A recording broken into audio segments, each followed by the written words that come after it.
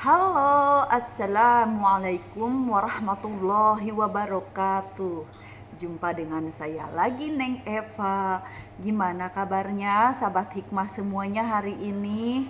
Yang soleh dan solehah, yang baik hatinya, yang cantik dan yang ganteng lahir batinnya, yang tidak sombong, rajin menabung, serta rajin sedekah. Semoga hari ini sehat-sehat walafiat dan dalam lindungan Allah Subhanahu wa Ta'ala. Dan semoga kita semuanya mendapatkan kucuran rahmat, keberkahan, dan keridhoannya, serta mendapat syafaat baginda Rasulullah Shallallahu Alaihi Wasallam, baik ketika di dunia maupun di akhirat kelak. Amin, amin, amin, ya robbal alamin. Baik sahabat hikmah semuanya, sebelumnya saya akan mengingatkan bahwa video konten YouTube ini dibuat untuk umum dan bagi siapa saja yang mau mengambil pelajaran, manfaat, serta hikmah di dalamnya, serta untuk pertumbuhan dan perkembangan jiwa kita setiap harinya. Jadi semangat terus belajar berbenah jiwa. Dan juga video konten YouTube ini dibuat tidak untuk menyinggung siapapun dan juga tidak untuk merendahkan siapapun. Justru sebaliknya, di sini kita belajar berbenah jiwa, belajar berjuang melawan hawa nafsu, belajar menata jiwa, serta belajar membeningkan hati dalam rangka ketauhidan menuju Allah Subhanahu wa Ta'ala.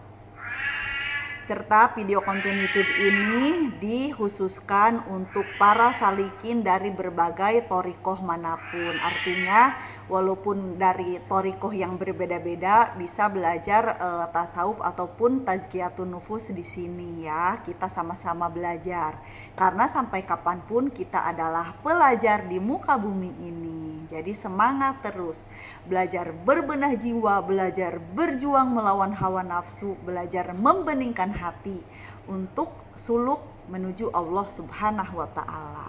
Karena orang yang dalam perjalanan menuju Allah Subhanahu wa Ta'ala disebut dengan salikin, perjalanannya itu disebut suluk gitu. Jadi kita ini semua para salikin karena memang kita itu memiliki niat untuk sampai kepada Allah gitu. Jadi pelaku suluk itulah salikin. Jadi para pejalan ruhani gitu ya. Jadi tidak hanya ilmu syariat saja yang kita pelajari, bahwa ketahuilah ilmu Allah itu amat luas.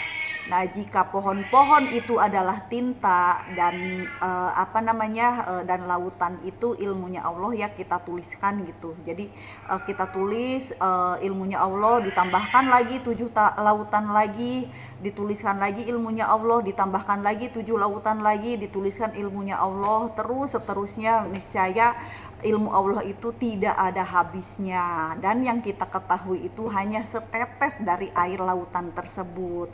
Artinya kita harus memahami keluasan ilmunya Allah, bahwa ilmu Allah tidak hanya ilmu syariat saja, tapi ada ilmu thoriqoh, ada ilmu hakikat, ada ilmu ma'rifat. Dan juga kalau ilmu-ilmu yang lain seperti ilmu-ilmu yang bersifat keduniawian itu adalah kembangnya ilmu.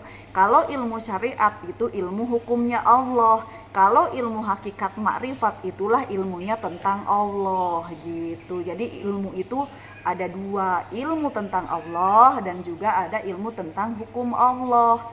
Hukum Allah syariat, ilmu tentang Allah ya ilmu tauhid atau ilmu hakikat ma'rifat atau kita sebut dengan ilmu tasawuf.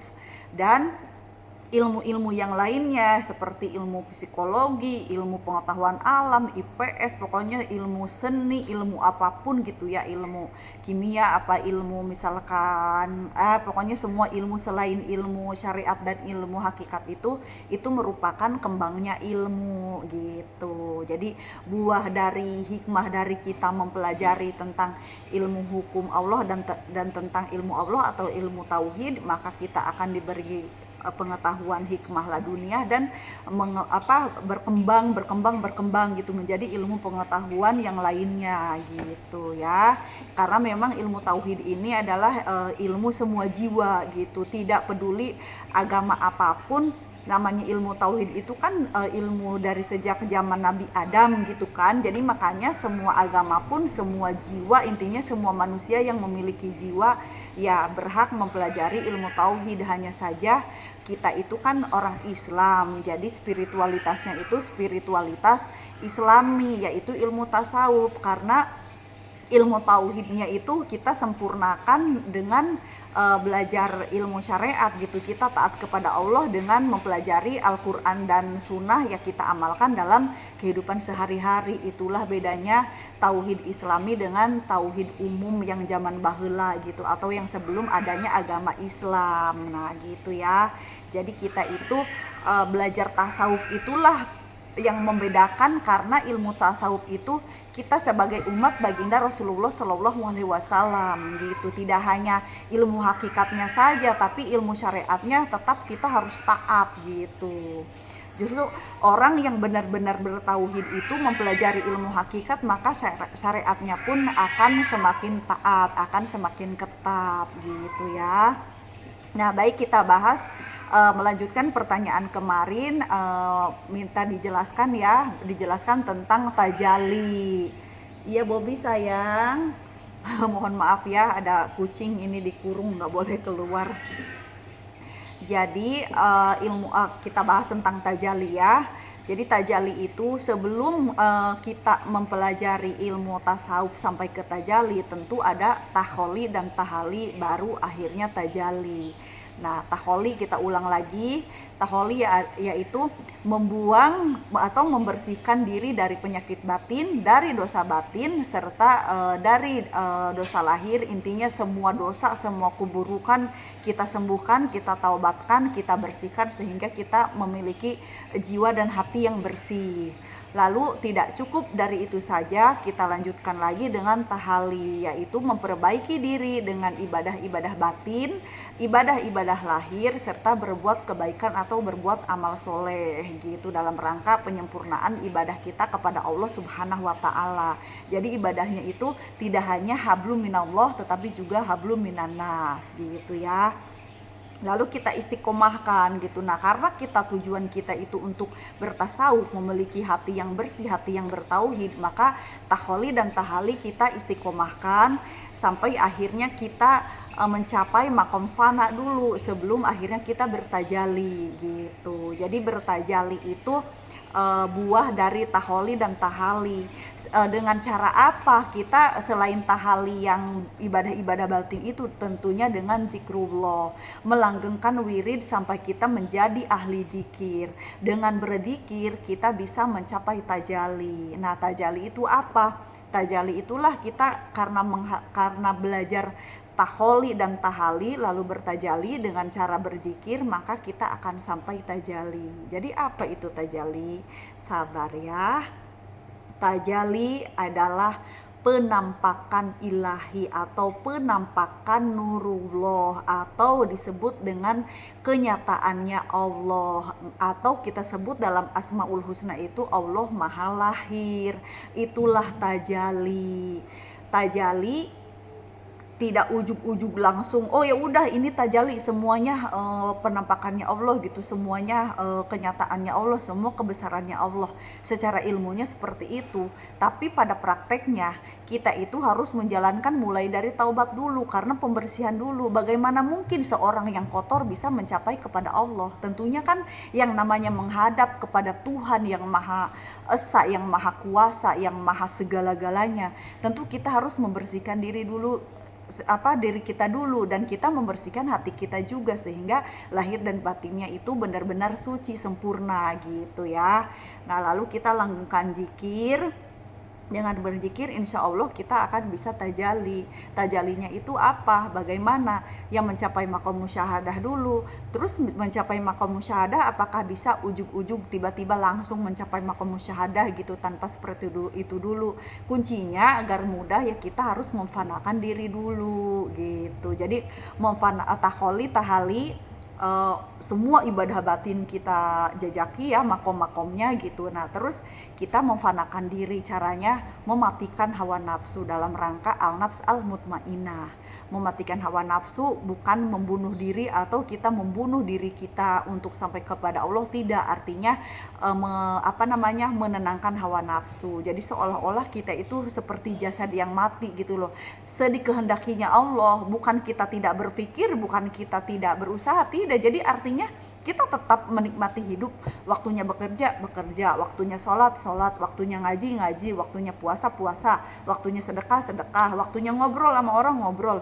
Tapi yang kita perangi yaitu hawa nafsu kita sendiri, seperti makan minum berlebih, nafsu hasrat kawin berlebih gitu kan, terus misalkan nafsu kepada hal-hal yang tidak baik seperti merampas hak orang, terus misalkan inginnya senang-senang terus gitu, terus misalkan memakan minuman yang haram atau apapun yang tidak baik yang sifatnya nafsu keburukan, ya kita sembuhkan, kita tinggalkan, kita taubatkan. Jadi kita mengalir apa adanya sedikehendakinya Allah, namun bukan berarti kita berhenti berusaha, tidak. Tetap jalani hidup seperti biasanya. Itu namanya memfanakan diri. Artinya hidup kita itu tidak diliputi hawa nafsu. Jadi biar ibaratnya tuh ya biar Allah aja yang murni, Allah semuanya gitu. Makanya dengan berzikir gitu, dengan berzikir itu kan denganku ia menggenggam, denganku dia berjalan, denganku dia berbuat sesuatu gitu kan. Nah, itu makna dari hadis kursi yang kalau kita langgeng berzikir itu gitu. Jadi semuanya serba Allah di dalam hati gitu. Nah, nanti seperti pembahasan kemarin ada fase zikir tingkat menengah itu ya. Jadi zikirnya itu zikir fana tingkat dasar.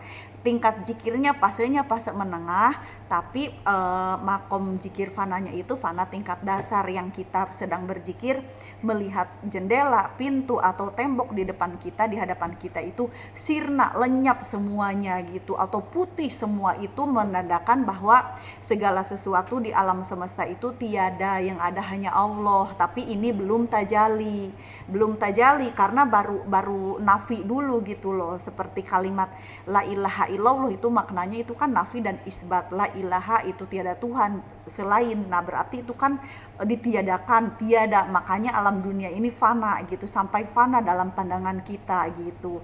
Terus illallah gitu, illallah tiada Tuhan selain Allah, isbat ditetapkan bahwa Allah lah Tuhan kita, Allah lah maha segala sesuatu gitu. Maka setelah kita memfanakan diri, nanti kita bertajali mencapai maqam musyahadah, nanti yang ada hanya Allah jebret dengan dahsyatnya dan tidak akan bisa diungkapkan dengan kata-kata.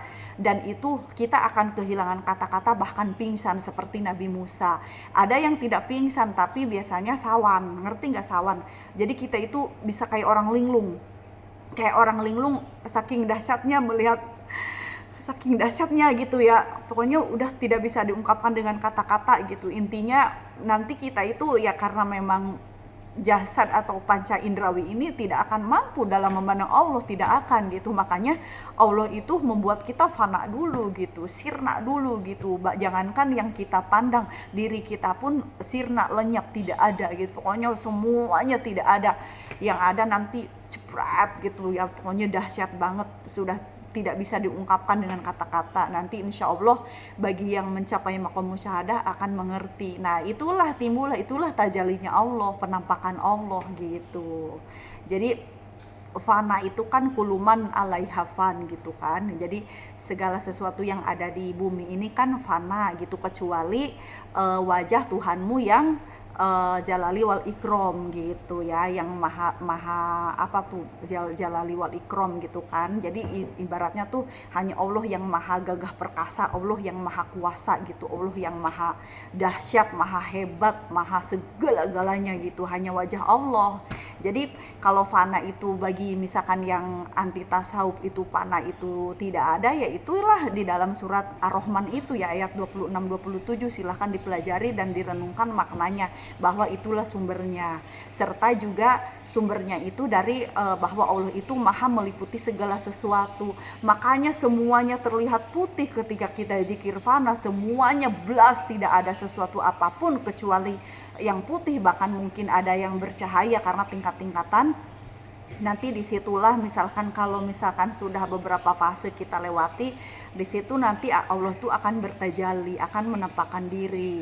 Sumbernya mana di Al-Quran? Ada waktu Nabi Musa uh, bertemu Allah di Gunung Sinai itu kan dalam bentuk api, bukan apinya yang Allah, jangan salah paham. Allah itu di balik api itu atau di dalam api itu atau yang meliputi api itulah Allah. Jadi bukan apinya, bukan cahayanya, bukan nurnya. Itu semua masih merupakan hijab begitu. Itulah tajalinya Allah gitu. Jadi kalau kita sudah bisa tahali, memfanakan diri, baru kita bertajali, penampakan Allah. Allah menampakkan zatnya kepada kita walaupun masih dalam bentuk hijab, karena Allah itu tidak akan Allah yang hadiratnya itu nanti kita temui, kita pandang itu ketika kita berada di dalam surga gitu ya. Jadi intinya sabar aja dulu, yang penting niatkan dalam hati, tujuan kita adalah Allah Subhanahu wa Ta'ala. Langgengkan zikir lisan, zikir nafas, zikir kolbi. Itu kalau mampu 3 in 1 itu biasanya cepat gitu, selama tujuan kita Allah. Yang penting tujuannya itu jangan selain Allah. Misalkan pengen sakti, pengen punya indera keenam, pengen ngobatin orang, pengen apa, itu tuh buah dari tajali itu akan bisa sendiri gitu. Cuman memang ahli ma'rifat billah itu beda-beda ininya gitu, nanti bakatnya. Ada yang ke al-hikmah atau al-hukama, ada yang ke pengobatan, ada yang jadi mursyid, ada yang misalkan ahli karomah juga gitu. Yang penting tujuan kita jangan karomah, tujuan kita adalah Allah. Masalah seperti itu tuh urusan Allah, itu bonus gitu, tidak perlu diinginkan, Allah akan memberikan. Cuman nanti bakatnya itu beda-beda jurusannya. Setelah menjadi ahli ma'rifat billah itu bakat bonusnya itu beda-beda gitu ya. Tidak akan semuanya bisa ngobatin orang, dan juga tidak akan semua menjadi ahli hukama, dan tidak akan semua menjadi mursyid. Nanti biar Allah yang menentukan. Jadi nggak perlu ikut campur dalam kodo dan kodarnya Allah. Kita sebagai salik, ya udah kita suluk aja dengan thoriqoh untuk sampai kepada Allah. Udah itu aja, banyakin zikir dan tahwali dan tahali gitu.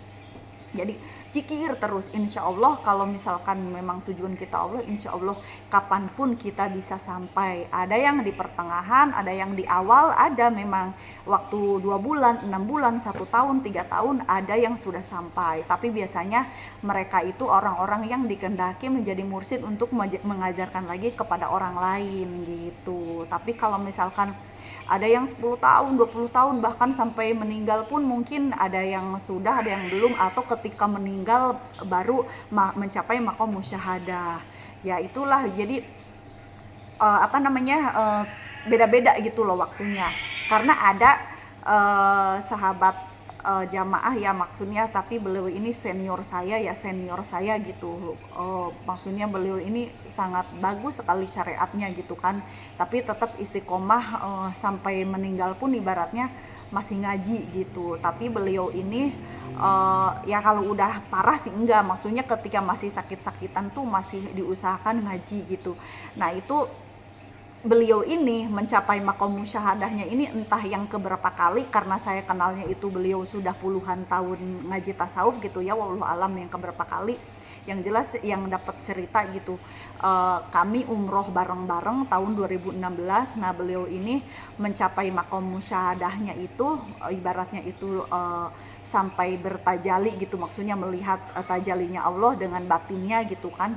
Itu pada saat mencium Hajar Aswad, insya Allah pada saat mencium Hajar Aswad gitu. Karena beliau cerita begini, maaf ya saya rahasiakan, begini gitu. Terus saya dalam hati saya, oh berarti mencapai maqam musyahadahnya itu ketika itu. Tapi ya qadarullah, setelah beberapa bulan dari dari beliau mencapai itu, beliau itu wafat gitu. Tapi ya itu bagus gitu loh. Jadi sebelum meninggal itu udah mencapai maqam musyahadah. Karena mursyid saya, almarhum mursyid saya yang di Malang, selalu memberitahu kepada saya, bahwa mencapai makom musyahadah walau minimal sekali seumur hidup, maksudnya walaupun hanya sekali seumur hidup, itu termasuk orang-orang yang beruntung, karena di akhirat pun nanti akan memandang Allah Subhanahu wa taala gitu, akan sampai ke hadiratnya sesuai surat Al-Isra ayat 72. Barang siapa yang buta mata hatinya di dunia, maka akan buta mata hatinya di akhirat. Artinya ya kalau kita buta dari memandang Allah atau mencapai maqam musyahadah dengan batin kita, ya di akhirat juga buta. Makanya itulah perlu ilmu syariat itu dibarengi dengan ilmu hakikat, karena ilmu Allah itu luas, tidak hanya Al-Quran dan hadis saja. Jangan lupakan bahwa ada Al-Quran Al-Qadim, ada ayat yang tersirat, jadi tidak ditulis tapi bisa dibaca. Nah itulah ilmu hakikat kebanyakannya dari Al-Quran Al-Qadim atau ayat yang tersirat gitu ya. Jadi membaca alam semesta, membaca tanda-tanda alam semesta yang berhubungan dengan ketauhidan. Makanya belajar Al-Quran itu jangan hanya mengejar pahala, tapi kita harus tahu terjemahannya dan kita pikirkan, kita tafakurkan, mengerti makna lahirnya, makna batinnya, maka akan kita dapati ujung-ujungnya itu ya hakikat. Hakikat ya berarti ya kebenaran kan tentang Allah gitu ya. Saya doakan semuanya luruskan niat kita, tujuan kita adalah Allah Subhanahu wa taala, insya Allah akan mencapai maqam musyahadah dan akan mengerti tentang tajalinya Allah gitu ya. Jadi tajalinya Allah itu ya kita selalu sambung hati kita, jadi dimanapun kita melihat ya itulah wajahnya Allah. Jadi ibaratnya itu akan ada penampakan nurullah gitu, maka nyambung di dalam hati kita ya, nyambung terus gitu. Misalkan melihat sini, ini ciptaan Allah, ini ciptaan Allah, ini miliknya Allah, itu miliknya Allah, segala sesuatu itu diliputi oleh Allah terus saja di dalam hati kita. Nah maka nanti akan ada penampakan nurullah gitu ya. Tapi batin kita jangan disangka mata lahir kita yang melihat, tidak. Mata lahir kita itu karena saking tajamnya mata hati lalu tembus ke mata dohir gitu ya. Wallahu alam bisawab. Waktunya sudah 20 menit lebih. La haula wala quwata illa billahil aliyil adim. Saya mohon maaf kalau ada kekurangan dan kesalahan dalam menyampaikannya. Saya hanya manusia biasa yang belajar dan terus belajar. Ambil baiknya dan buang buruknya, dan juga semoga bermanfaat. Minal aidin wal faidin, mohon maaf lahir dan batin. Wassalamualaikum warahmatullahi wabarakatuh. Orang baik pandai mengambil hikmah, sehat lahir dan batin is the best always. Jazakumullah khairan.